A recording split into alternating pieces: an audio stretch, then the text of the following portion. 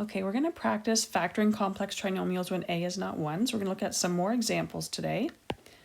So we have 2x squared plus 5x plus 3. So I'm going to start with my crisscross. So 2 is prime, so 1 and 2. 3 is also prime, so then we have to decide if 1 goes on the top or 1 goes on the bottom. I'm going to try 1 and 3. Then we're going to get 1 times 3 is 3. 2 times 1 is 2, and when we add that together, we're going to get 5, which is our middle term. So we get x plus 1 and 2x plus 3. And that's it. That's our final answer for that one. Okay, next question. Again, another prime 2 and 1, and then we have to figure out if the 2 goes on the bottom or the top, and one of them has to be either the 2 or the 1 has to be a negative. So let's see here. If we have -1 and 2, we're going to get 4 and -1, which is positive 3, so that's not quite right. 2 and 1, what if we switched it around? And let's say we just switch the sign, 1 and -2. So that's going to give us -4 and 1. If we add that together, we get -3 in the middle. So this is our combination that works.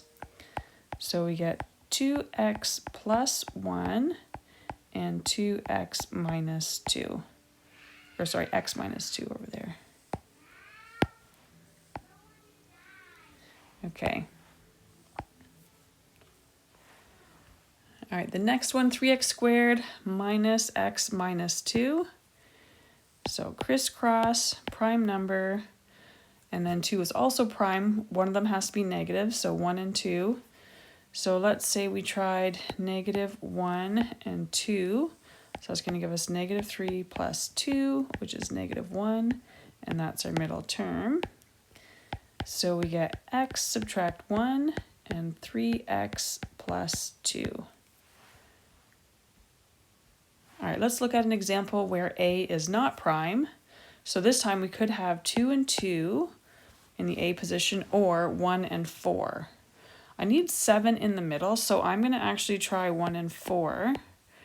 And then 2 is prime, so if I have the 2 here and a 1, one of them has to be negative, and I need positive 7 in the middle. So I get 4 times 2 is 8, 1 times -1 is -1.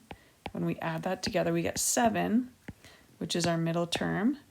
So the factors are x plus 2 and 4x subtract 1.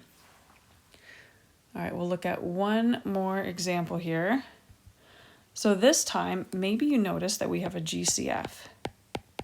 So 6, 16, and 6 are all divisible by 2. So 2 times 3x squared plus 8x minus 3, and then I can crisscross. So I need to get 8 in the middle, so I'm going to try 3 up here, 1 here. I need a negative. So that's going to give me 9 and -1, which adds to plus 8.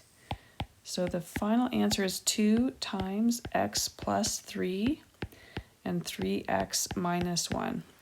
For this one here, I'm just going to show you what would happen if we didn't find the GCF first. So let's say we didn't notice that there was a GCF, and we just went ahead and we used our crisscross strategy, business as usual, and we had 6 and -1, which would give us 18 and -2. Add that together, that's positive 16. So what we would notice is we would have 2x plus 6 and 3x minus 1. And in that first bracket, I notice that I have 2 even numbers. So I actually have to factor this further. So if I take out a 2, I'd be left with x plus 3. Then the other bracket doesn't change.